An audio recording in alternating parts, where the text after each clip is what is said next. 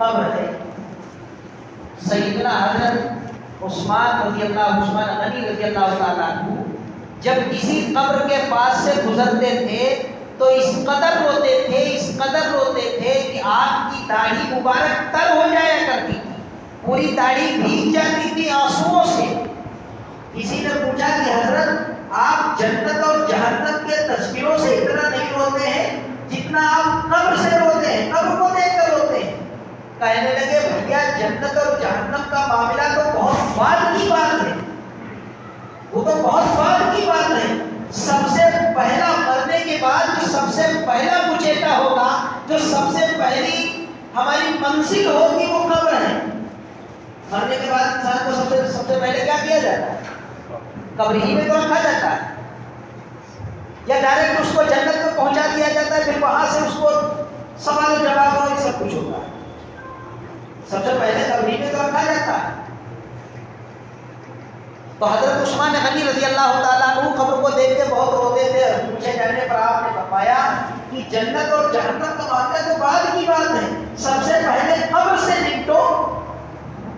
یہاں سے اگر بچ گئے تو آخرت کی منزلیں بڑی آسان ہیں، بعد کے جتنے بھی مرحلے ہیں وہ بڑے آسان ہیں.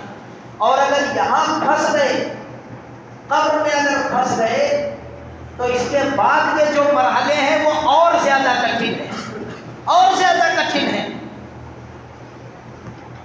2 گز زمین کا وہ ٹکڑا اور وہ بھی گڈھا، کوٹری اندھیری کوٹری، نہ روشنی کا کہیں انتظام، کسی چیز کا کوئی نظم نہیں، کچھ نہیں.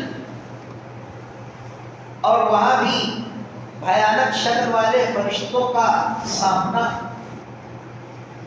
تصور کرو، غور کرو کیا حالت ہوتی ہوگی.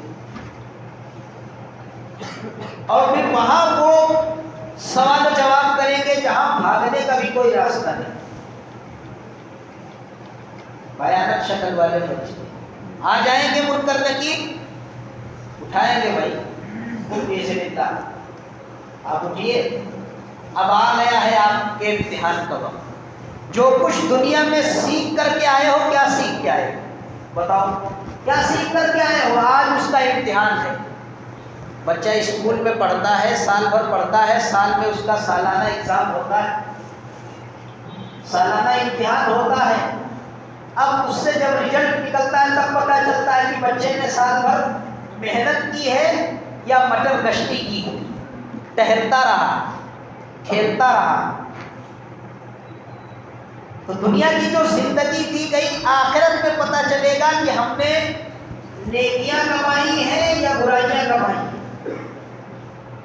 وہاں فرشتے پوچھیں گے کہ بتاؤ، یہاں تو کہنا بڑا آسان ہے کہ ہمارا پروردگار اللہ ہے، بڑا آسان جواب ہے، کوئی بات نہیں. پوچھا بھائی پوری کائنات کا مالک کون ہے؟ اللہ ہے. تمہیں روزی کون دیتا ہے؟ اللہ دیتا ہے. موت دینے والا کون ہے؟ اللہ ہے. زندگی دینے والا اللہ ہے. بیماری دینے والا اللہ ہے. شفا دینے والا اللہ ہے. مالداری دینے والا اللہ ہے. تندرستی دینے والا اللہ ہے. سب کچھ دینے والا اللہ ہے. یہاں تو کہنا آسان ہے، لیکن یہ جواب وہاں پر جب دیے جائیں گے تب بات بنے. اور وہاں یہ جواب کب نکلے گا؟ جب یہاں اللہ کی چوکھٹ سے لو لگائی ہوگی تب وہاں جواب نکلے گا. جس نے اللہ کو پہچانا ہوگا وہ وہی قبر کے اندر جواب دے پائے گا کہ ہاں ہمارا رب کون ہے. فرشتے یہی تو پوچھیں گے من ربک، تمہارا پروردگار کون ہے؟ تم کس کو خدا مان کر آئے ہو؟ کس کو اپنا مالک مان کر آئے ہو؟ کس کی عبادت کر کے آئے ہو؟ کس کی بندگی کر کے آئے ہو؟ کس کی بندگی کر کے آئے ہو؟ کس کے سامنے ڈنڈوت کر کے آئے ہو؟ کس کی پرستش کر کے آئے ہو؟ کس کی پوجا کر کے آئے ہو؟ کس کی پرارتھنا کر کے آئے ہو؟ کس کو اپنا رازق اور خالق مان کر آئے ہو؟ کس کو روزی رسا حاجت روا مان کر آئے ہو؟ کس کو اپنا پیدا کرنے والا مان کر آئے ہو؟ کون ہے موت دینے والا؟ کس کو مان کر آئے ہو؟ پوری کائنات کا اکیلا بادشاہ کس کو مان کر آئے ہو؟ فرشتے یہ سوال کریں گے. یہ اس کا جواب اسی وقت بن پائے گا جب ہم دنیا میں اللہ کے گھر سے لو لگائیں گے. اگر ہم نے اللہ کے گھر سے اپنا رشتہ مضبوط نہیں کیا تو یہ دنیا کے رٹے رٹائے جواب وہاں زبان پر نہیں آئیں گے. اب اگر آدمی نیک ہے، اللہ سے محبت کرنے والا، یوں تو سبھی اللہ سے محبت کے دعوے دار ہیں، سبھی دعوے دار ہیں، بھائی کون آدمی ایسا ہے جس کو اللہ سے محبت ہے؟ کتنا بھی آدمی کوئی بھی ہو، کتنا ہی برا ہو، جواری ہو، شرابی ہو، چور ہو، ڈکیت ہو، کچھ بھی ہو، اگر اسے کہہ دو بھیا اللہ سے محبت، ہاں میں اللہ سے محبت، اللہ سے محبت سب کو ہے، لیکن یہ محبت زبانی محبت، حقیقی محبت تو وہ ہے کہ محبوب کی اداؤں میں مر گیا، محبوب کی اداؤں کو اپنی زندگی میں اتار لے، یہ ہے اصل محبت، محبوب کی مرضی کے مطابق اپنی مرضی چلا دے، یہ ہے اصل محبت۔ زبانی دعویٰ تو سب کرتے ہیں، فرشتے جب یہ سوال کریں گے تو کس کو مالک مان کے آئے، تمہارا پروردگار کون ہے؟ اب اگر آدمی نیک ہے اللہ سے، اس نے اپنا رشتہ مضبوط کیے رکھا ہے دنیا کے اندر، اللہ کے در سے اس کا دل لگا رہا ہے، تو فوراً کہے گا ربی اللہ، میرا رب اللہ ہے۔ بلکہ بعض کتابوں میں تو یہاں تک آتا ہے کہ آدمی اگر نماز کا پابند ہے تو فوراً جب فرشتے اسے جگائیں گے اور کہیں گے بھائی سوالوں کے جواب دو، کہے گا چلو پہلے ہمیں نماز پڑھ لینے دو، نماز کا وقت ہو رہا ہے، ہمیں پہلے نماز پڑھ لینے دو۔ قبر میں بھی نماز پڑھے گا، اگر دنیا میں اس نے نماز پڑھی ہے۔ اب مسئلہ یہ بڑا کٹھن ہے بھیا، نماز والا مسئلہ بڑا کٹھن۔ ایک تو 8ویں دن ہم کو موقع ملتا ہے وہ بھی 2 رکعت پڑھنے کا، اور تم کہہ رہے ہو کہ قبر میں بھی نماز ہی ہوگی، تو بات کیسے بنے گی؟ مطلب نماز پیچھا نہیں چھوڑے گی، وہاں بھی سوال ہوگا نماز، اور نماز ہی کا سوال آخرت کے اندر پوری زندگی کا سوال ہوگا، اس میں نماز بھی آئے گی۔ اس میں کیا آئے گا؟ نماز آئے گی، نماز پیچھا نہیں چھوڑے گی۔ تو ہم جمعے کے دن ہم نماز پڑھتے 2 رکعت پڑھ لیتے، اور پڑھتے تو ہیں، کسی جگہ تو بھیا نماز پڑھتے تو ہیں، ہر جمعے کو جاتے ہیں، ہر جمعے کو جاتے ہیں، کوئی بھی چھوٹتا نہیں، اور 2 رکعت پڑھی، سلام پھیرا، بس پھر نگاہ رہتی ہے کہ چپلیں ہماری کہاں پر رکھی، بس دعا میرے چہرے پر، ہاتھ گرے، فوراً چپل ہاتھ میں باہر ہو گئے۔ 8ویں دن 2 رکعتیں، 8ویں دن 2 رکعتیں، اور وہاں تو قبر میں مسئلہ آئے گا بھیا نماز کا۔ تو مالک کو جب ہی ہم جواب دے پائیں گے، فرشتوں کو جواب جب ہی دے پائیں گے کہ ہمارا مالک کون ہے، جب ہم یہاں مالک کی چوکھٹ سے جڑے ہوں گے۔ بھائی یاد تو اسی کی آتی ہے جس سے محبت ہوتی ہے، دشمنوں کو بھی کوئی یاد کرتا ہے، جس سے محبت ہوتی ہے اسی کو تو یاد کرتا ہے، یار ہمارا فلاں دوست بہت اچھا ہے یار، اس کے گھر بہت دن ہو گئے نہیں، اسی کو تو یاد آتی ہے۔ تنہائیوں میں ہو، خلوت میں ہو، جلوت میں ہو، سفر میں ہو، حضر میں ہو، ہر جگہ اسی کی تو یاد آتی ہے جس سے محبت ہوتی ہے۔ تو قبر میں بھی تو اسی کی یاد آئے گی جس سے محبت ہوگی۔ اگر مالک کائنات کو، اللہ کو اگر اپنا مالک مان کر گئے ہو حقیقی طور پر، عملی طور پر، تو جواب بنائے گا کہ ہاں بھیا ہمارا رب اللہ ہے۔ پھر فرشتے پوچھیں گے کہ تمہارا دین کیا ہے، تمہارا دین کیا ہے۔ اب اگر معاملہ یہاں پر ہمارا ڈھلمل یقین رہا، آدھا تیتر آدھا بٹیر، کہ آدھے مسلمان آدھے یہودی، آدھے مسلمان آدھے نصرانی، آدھے مسلمان آدھے مجوسی، تب کیا ہوگا؟ تو نہ ادھر کے رہیں گے نہ ادھر کے رہیں گے۔ اسی لیے قرآن کریم نے کہہ دیا یا ایھا الذین آمنوا ادخلوا فی السلم کافہ، اے ایمان والو اسلام کے اندر پورے داخل ہو جاؤ، ادھورا معاملہ نہیں چلتا اللہ کے یہاں۔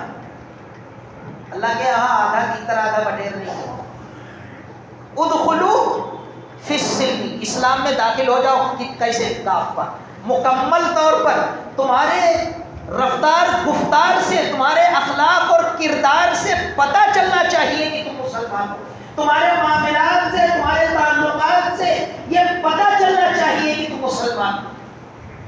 صرف دعویٰ کرنے سے کوئی مسلمان نہیں ہو جاتا۔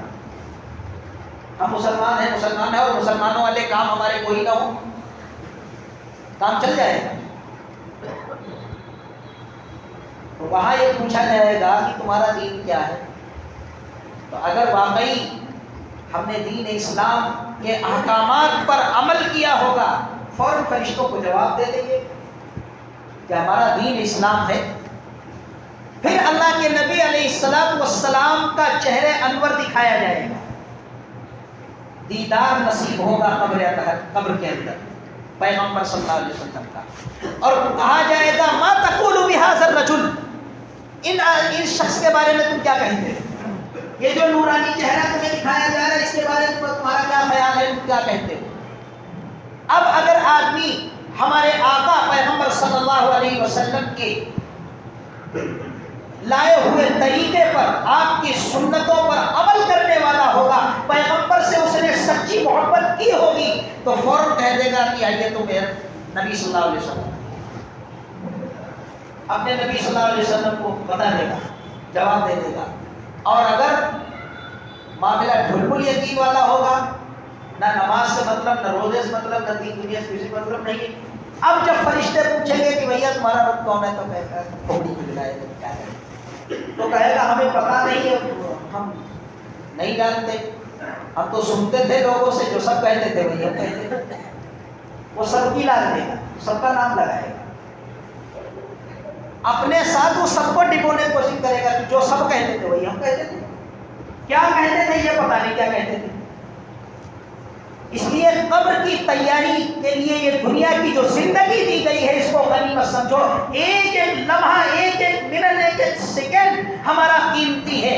اگر اللہ کی یاد سے غفلت کی حالت میں گزر گیا تو اس کا افسوس یہاں تو نہیں ہوگا, افسوس وہاں پر ہوگا جب وہ منظر سامنے آئے گا کہ تم کو جو وقت دیا گیا تھا اس وقت میں تم نے کیا بنایا, اس وقت میں تم نے کیا بنایا, کیا کیا. نماز کے بارے میں جب پوچھا جائے گا, دین کے بارے میں, تو کہے گا ہائے میری زندگی, ہائے افسوس, مجھے کچھ پتا نہیں, ہاتھ بنے گا. اللہ کے نبی علیہ السلام کا چہرے انور دکھایا جائے گا جب پوچھا جائے گا ما تقول بهذا الرسول, بهذا الرجل, اس آدمی کے بارے میں تمہارا کیا خیال ہے, کیا کہتے ہو, کہے گا مجھے پتا نہیں کون. کیوں, اس لیے اس نے اپنے محبوب کی اداؤں کو نہیں پہچانا, اپنے محبوب کی مرضی کو نہیں پہچانا. محبوب کی مرضی کے خلاف ہم کام کریں پھر بھی ہم محبوب, یہ تو نہیں ہو سکتا کہ کوئی عاشق اپنے معشوق کی مرضی کے خلاف کام کرے پھر بھی محبت برقرار رہے. پیغمبر علیہ السلام نے جو طریقہ ہم کو دیا ہے ہم اس طریقے پر عمل کریں, شریعت مطہرہ پر عمل کر کے جب ہم قبر میں جائیں گے تب سارے یہ تینوں سوالوں کے جوابات ہم سے بن سکیں گے. یہ تین سوال تو قبر کے اندر ہوں گے, وقت ہو گیا ہے, بات لمبی ہے. یہ تین سوال جو قبر کے اندر ہوں گے وہ تو یہ ہے. ان سوالوں کے بعد اور 5 سوال قیامت کے دن ہوں گے جب اللہ کے سامنے سارا مجمع ہوگا. کل 8 سوال ہوں گے. ان 8 سوالات کی تیاری کرنے کے لیے اللہ نے پوری دنیا کی زندگی دی, یعنی امتحان کا پرچہ تیار کر لیا, پیپر تیار ہے اور کوشچن بھی تیار ہے.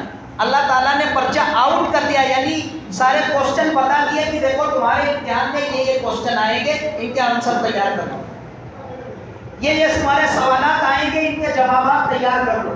اللہ نے جواب بھی بتا دیے. اب بھی اگر کوئی آدمی فیل ہو جائے تو وہ اس کا بڑا بدنصیب سے بڑا بدنصیب کون. ان 8 سوالوں کی تیاری کے لیے اللہ نے دنیا کی زندگی کی گئی. 3 سوالات بیان کر دیے گئے. کون کون سے سوال ہوں گے بھیا, بتا دو یار, ہمیں بھی پتا نہیں, بتا دو.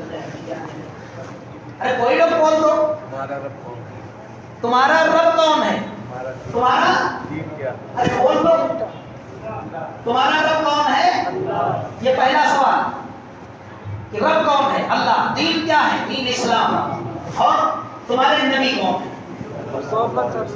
یہ 3 سوال قبر کے اندر ہوں گے. 5 سوال جو آخرت میں ہوں گے وہ انشاءاللہ اگر زندگی نہیں